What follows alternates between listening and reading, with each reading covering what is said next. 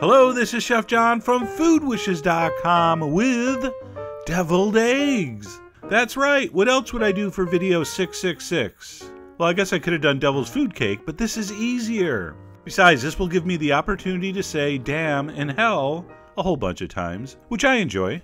I'm also going to show you, again, our foolproof method for perfect hard-boiled eggs. All right, so I'm going to start with a dozen eggs. These are large eggs. These are right from the refrigerator. I'm going to put them in the bottom of a soup pot. I'm going to fill that with 3 quarts of cold water. Now, I have shown this method before, and it worked for many of you, but some claimed it was faulty and it did not work, and I'm here to prove, oh, it works.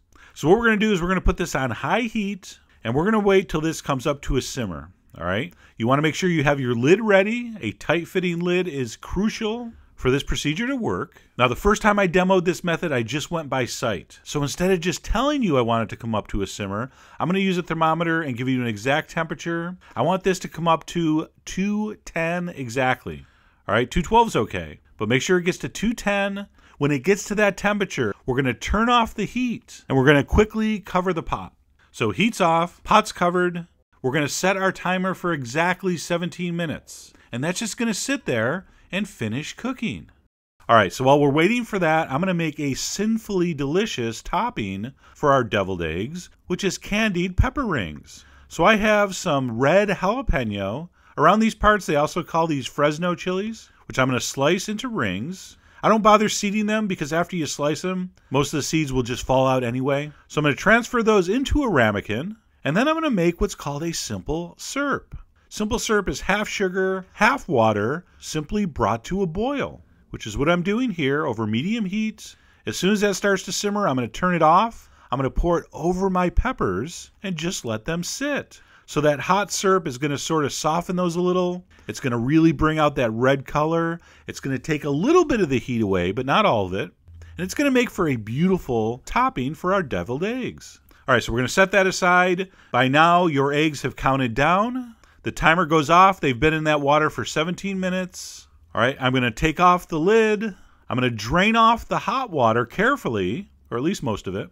And then I'm going to quickly cover with cold water and just let them sit there until they're cool enough to work with. At that point, you are safe to peel and use. And there you go.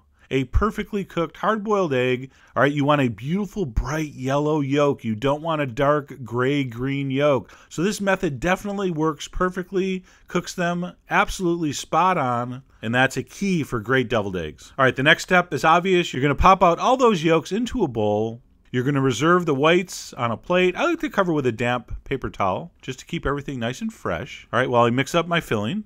And for me, that filling includes a little bit of cream cheese, some mayonnaise, some sriracha hot pepper sauce, a good amount of salt, freshly ground black pepper, and a nice dollop of Dijon mustard.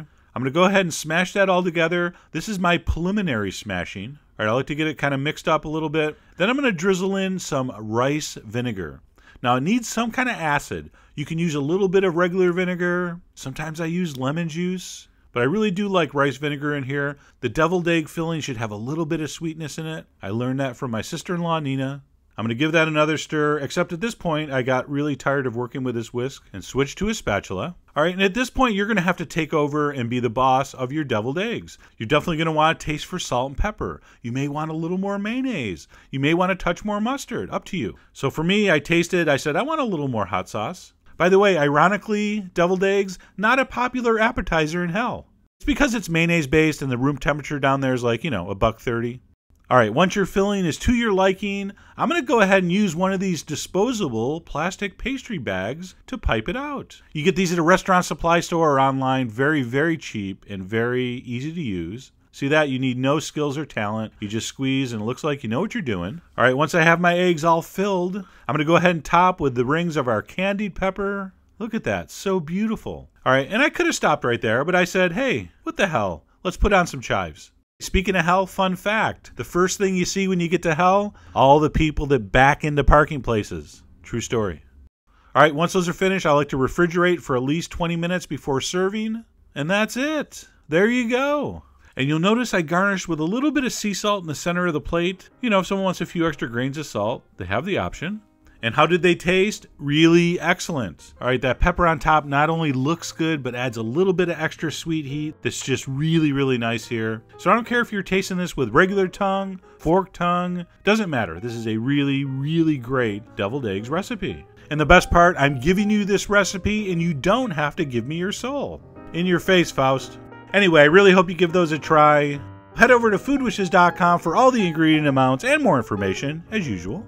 And as always, enjoy.